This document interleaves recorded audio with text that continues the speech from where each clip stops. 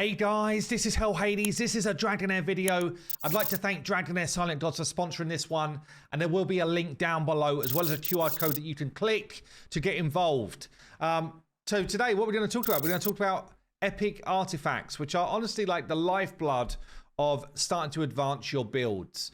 As you gain dupe epics in this game, you gain an essence which you're then able to convert into artifacts. So every hero, once you get them to a certain level, you unlock your artifact slots, and then you want to start to build out something which is specifically going to boost either their damage or their effectiveness or their tankiness or their healing, anything which makes most sense to you and your squad. We're going to go through some really good ones here and kind of why they're going to be solid. I'll also link down below a page which we've got on hellhades.com where we go through and basically talk about all of the artifacts, because a lot of them are decent depending on the type of build that you're trying to do or the type of hero that you're trying to build out. So I'll link this down below for your reference as well. So firstly, I guess it's obvious once you've been playing the game for a while, but they do hide it a little bit. You know, where do you find these artifacts? Go into your little crosshair at the top right, into exchange, and then this is where we're basically saying we're going to exchange some of this essence that we get. So the imprint stones, 1, 2, and 3, or soul, and you exchange those for different artifacts in the game. I'm going to focus on epic right now, but I will say if you get a duplicate legendary, and this is the only way you can get these things, by the way, if you get a duplicate legendary, then the one you're going to want to pick up is Witch's Remain, because it's actually the only way currently in the game to give enemies a defense penalty, and that's going to boost your damage across all of your teams.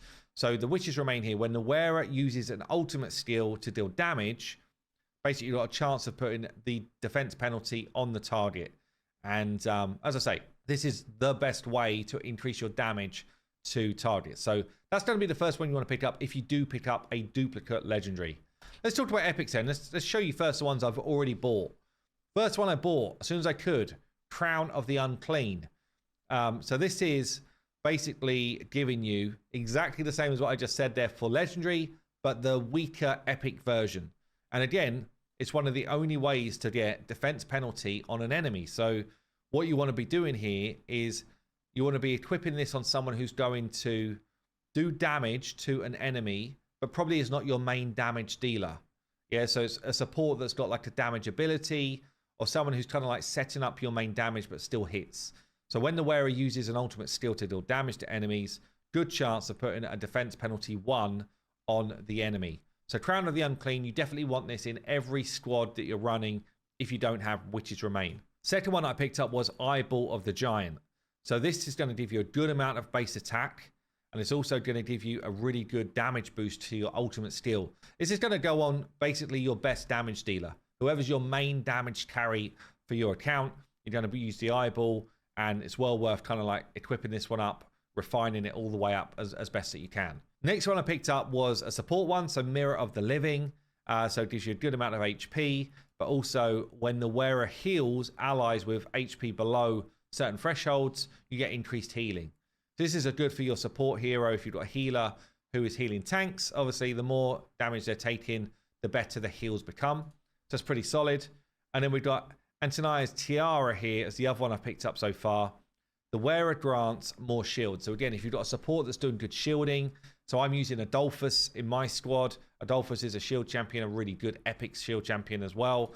And this is a really good artifact for him to use. In terms of other ones that I would just call out here, so Scarab Amulet, I think it's a really good one for a tank. So the wearer gains additional percentage of their defense in a shield for 10 seconds when they drop low health. So it's kind of like having a second life type mechanic. So Scarab Amulet's really good on your frontline tanks. It's probably going to be the next one I pick up, I think. We could also call out the Ancestors Candle. After the wearer launches a battle skill, so not their ult, a battle skill, the recharge time will reduce.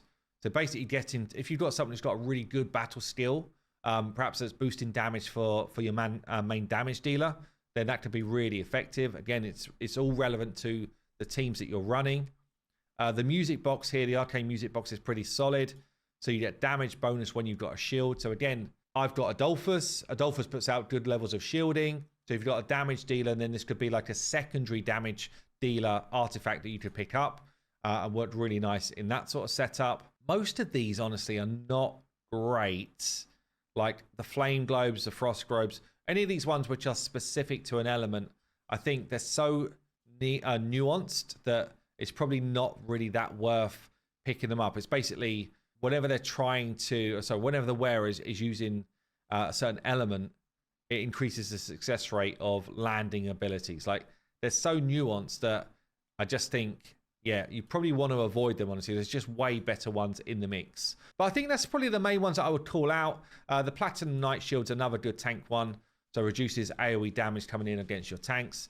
So you probably want to choose between these two for a tank, depending on the type of boss that you're fighting. So yeah, there you go. Make sure you choose wisely because, you know, certainly early on, if you're free to play like I am, you don't want to be wasting your essence on stuff that you're not going to use. But definitely when you get to that point where you start to unlock artifact slots for your heroes, make sure you pick them up. It does make a big difference. Not only stat gain, but also some really cool effects as well. There you go, guys. I've been HYILMHMLBBU. Thanks again, Dragonheir, for sponsoring the video. And don't forget, there will be a link down below that you can click if you want to get involved and download through my link. Anyway, I've been HYILMHMLBBU. I'll see you soon.